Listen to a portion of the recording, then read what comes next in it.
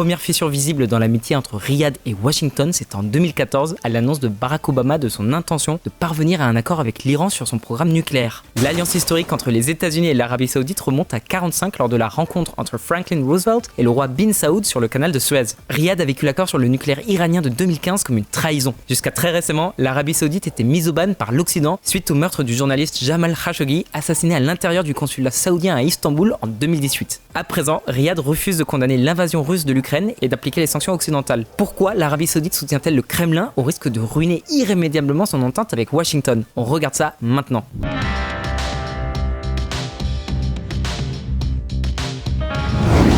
Une amitié sincère. En 1945, le président des États-Unis Franklin Delano Roosevelt et le roi saoudien bin Saoud scellèrent un pacte pétrole contre protection. Les États-Unis garantissaient la sécurité du royaume saoudien en échange d'un approvisionnement en or noir. Mais le premier contact entre les deux pays remonte à 1933, la collaboration entre le régime saoudien et la Standard Oil Company fondée par Rockefeller. Aujourd'hui, vous connaissez cette entreprise sous le nom d'ExxonMobil. Puis, en 1942, les États-Unis ouvrent un bureau de représentation à Jeddah avant de le transformer en ambassade en 1949.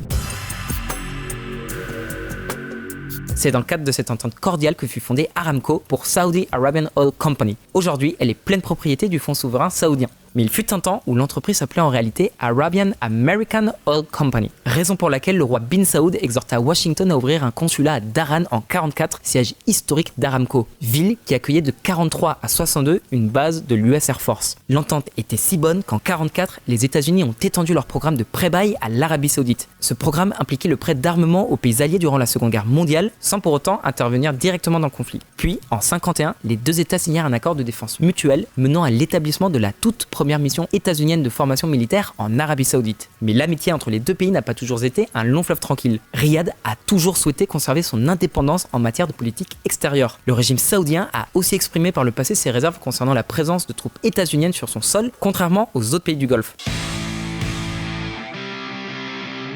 Durant la première guerre du Golfe dans les années 90, l'Arabie Saoudite a eu du mal à accepter le déploiement d'un demi-million de soldats états-uniens sur son territoire, puis s'y est formellement opposé en 2001 lors de l'invasion de l'Afghanistan. Le royaume a aussi été très critique de l'intervention états-unienne en Irak en 2003. Pourtant, elle résultait directement de l'attaque du 11 septembre par un groupe constitué en sa quasi-totalité par des Saoudiens au nom d'Al-Qaïda, une organisation créée par le fils d'une des plus riches familles du royaume, Oussama Bin Laden. Sans oublier les deux embargos pétroliers menés par l'Arabie Saoudite en 67 durant la guerre des 6 jours contre Israël et le premier choc pétrolier en 73 après la guerre du Kippour, toujours contre Israël. Ce deuxième embargo pétrolier avait ravagé l'économie des États-Unis.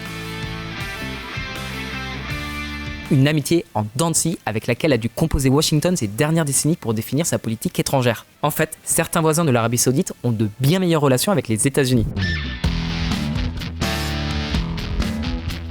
Le Bahreïn abrite la 5e flotte états-unienne, le Koweït compte pas moins de 8 bases états-uniennes sur son sol et le Qatar accueille l'une des bases aériennes états-uniennes les plus importantes du monde.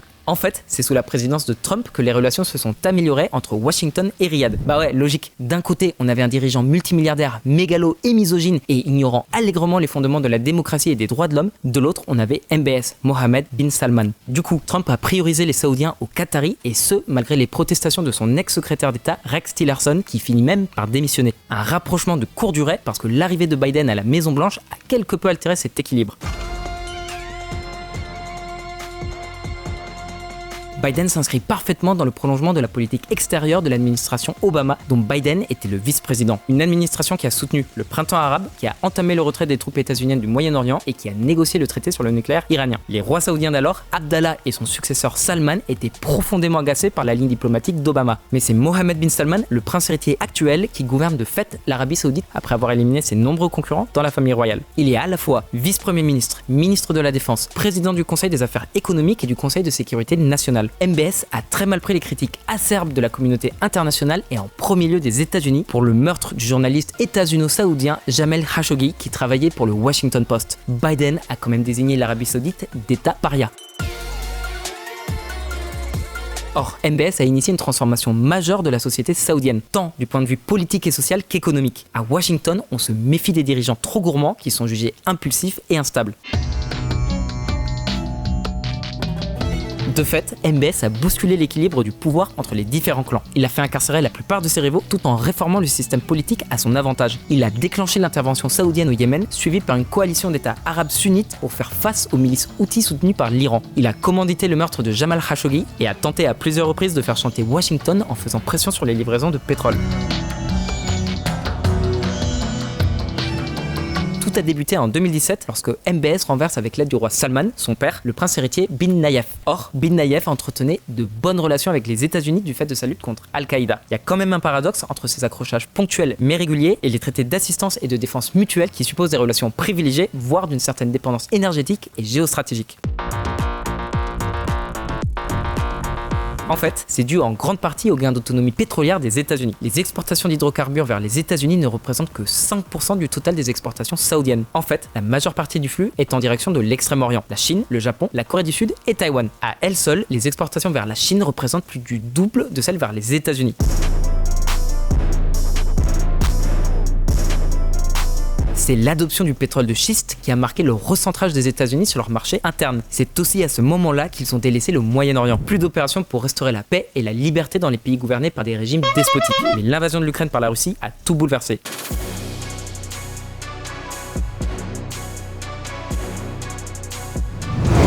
Un or noir maudit.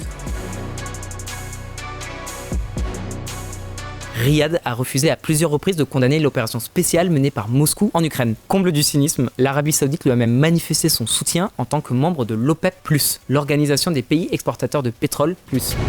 L'Arabie Saoudite affirme son soutien au rôle de la Russie dans l'OPEP+, alors que la pression des sanctions augmente. Mais pire encore, l'Arabie Saoudite a boudé la requête de Washington d'augmenter la production de pétrole pour atténuer l'effet des sanctions contre la Russie, c'est-à-dire l'envolée des prix du pétrole et du gaz. L'Arabie Saoudite est le premier exportateur mondial de brut. Or, le cours du baril oscille autour de $110, son point le plus haut en 10 ans, ce qui n'empêche pas le royaume de devoir faire face à des enjeux d'avenir tels que la diversification de son économie, trop dépendante de l'extraction d'hydrocarbures et de l'émergence du secteur tertiaire. La population saoudienne est plutôt jeune et son niveau de vie assez élevé. Mais les débouchés sur le marché du travail sont rares, soit la fonction publique, soit le secteur pétrolier. En fait, sur les 5 millions d'actifs saoudiens, 3 millions sont fonctionnaires. C'est pour cette raison que MBS a enclenché le plan Vision 2030, un plan qui suppose des financements très importants. Or, les caisses du royaume sont vides après plusieurs années de baisse du cours du pétrole. Entre 2015 et 2020, l'Arabie Saoudite a dû taper dans ses réserves de liquidités pour contrer les effets de cette baisse. On chiffre ses dépenses à plusieurs centaines de milliards de dollars. À présent, l'envolée des cours rebat les cartes. L'Arabie Saoudite peut reconstituer ses réserves et financer son plan de transformation économique. Les gains exceptionnels issus de la hausse des prix du pétrole seront essentiellement investis dans la résilience. Qu'il s'agisse de reconstituer les réserves, de rembourser la dette ou d'investir ponctuellement dans des projets de transformation via notre fonds souverain, s'accélèrent les plans de diversification. Faisal Al-Ibrahim, ministre de l'économie et de la planification, Arabie Saoudite. Le gouvernement envisage même de vendre des actions Aramco vu la hausse du cours de son action. Aramco est même devenue la première capitalisation boursière au monde devant Apple. Mais c'est pas suffisant. Si le royaume veut espérer mettre en œuvre cette transformation économique, le cours du pétrole doit se maintenir à son niveau actuel. On estime que l'Arabie Saoudite devrait gagner plus de 280 milliards de dollars, soit 180 milliards de plus que les années précédentes. En l'état actuel, l'Arabie Saoudite peut éviter de vexer la Russie sans mettre en péril ses revenus. Le jour où les sanctions occidentales permettront de faire baisser drastiquement les exportations russes de pétrole, Riyad pourra alors libérer plus de pétrole sur les marchés internationaux sans faire baisser son cours. Le royaume dispose en gros d'une marge de 3 à 4 ans pour générer entre 500 et 600 milliards de dollars. Une sacrée manne.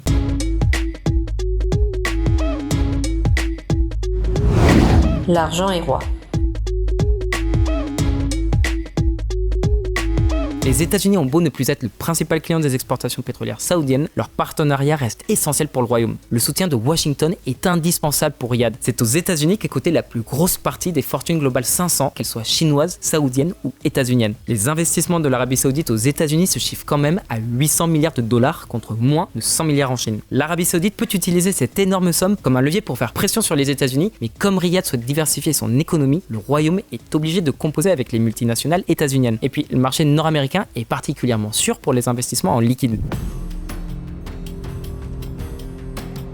Au-delà de la relation commerciale qui lie les deux pays, il y a aussi une question de défense. L'armée saoudienne dépend presque entièrement de l'industrie militaire états-unienne. Entre 2015 et 2019, les États-Unis ont pesé pour près de 73% des achats militaires saoudiens. En fait, l'Arabie saoudite a dépensé entre 2008 et 2020 plus de 145 milliards de dollars en armement états-unien. Mais le Congrès états-unien bloque encore la vente de certains armements très sophistiqués à Riyad. Les investissements saoudiens dans l'économie états-unienne ne sont pas le seul moyen de pression de Riyad. Il y a aussi la question du pétrole. Pas tant pour les États-Unis qui ont leur pétrole de schiste, mais pour éviter que le prix du Brent atteigne un point de rupture qui précipiterait la fin de l'alliance occidentale contre la Russie. Ça, et évidemment pour limiter les prix à la pompe. Les prochaines élections états-uniennes auront lieu en 2024. Chaque variation de $10 d'un baril de Brent entraîne une fluctuation de 25 à 30 centimes pour un gallon d'essence. Et pour chaque centime de plus, ce sont plus de 1 milliard de dollars du budget fédéral qui s'évapore et autant de voix en plus pour les républicains. Vous additionnez les centimes et ce sont des dizaines de milliards de dollars qui manqueront dans les caisses de l'État. Si à l'inflation et les pénuries de poudre de lait infantile viennent s'additionner les conséquences indirectes de la guerre en Ukraine, les élections risquent d'être compliquées pour le camp démocrate. Et puis, il y a les intérêts géostratégiques de Washington. La présence de troupes états-uniennes au Moyen-Orient est de moins en moins pertinente, surtout qu'ils se concentrent à présent sur un nouveau front, l'Asie-Pacifique. C'est dans l'intérêt des USA de pouvoir compter sur un allié solide dans la région pour en assurer la stabilité.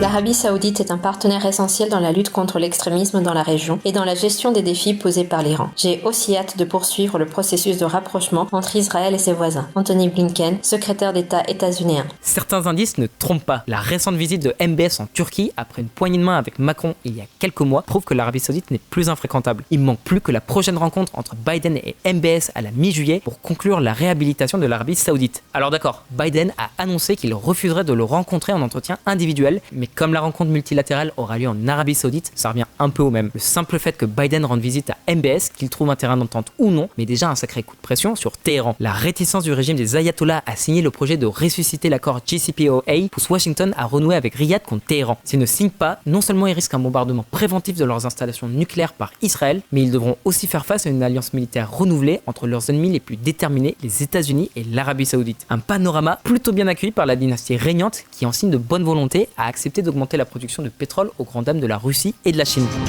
L'Arabie saoudite augmente ses livraisons de pétrole à l'Europe au détriment de la Chine. Est-ce que les États-Unis et l'Arabie saoudite vont se rabibocher? La Russie va-t-elle enfin se résoudre à envisager une négociation pour mettre fin à la guerre en Ukraine si elle perd un allié de poids supplémentaire? Jamal Khashoggi est-il définitivement passé à l'oubli? Je vous laisse méditer dessus, c'est tout pour aujourd'hui, prenez soin de vous et à la prochaine. Yallah.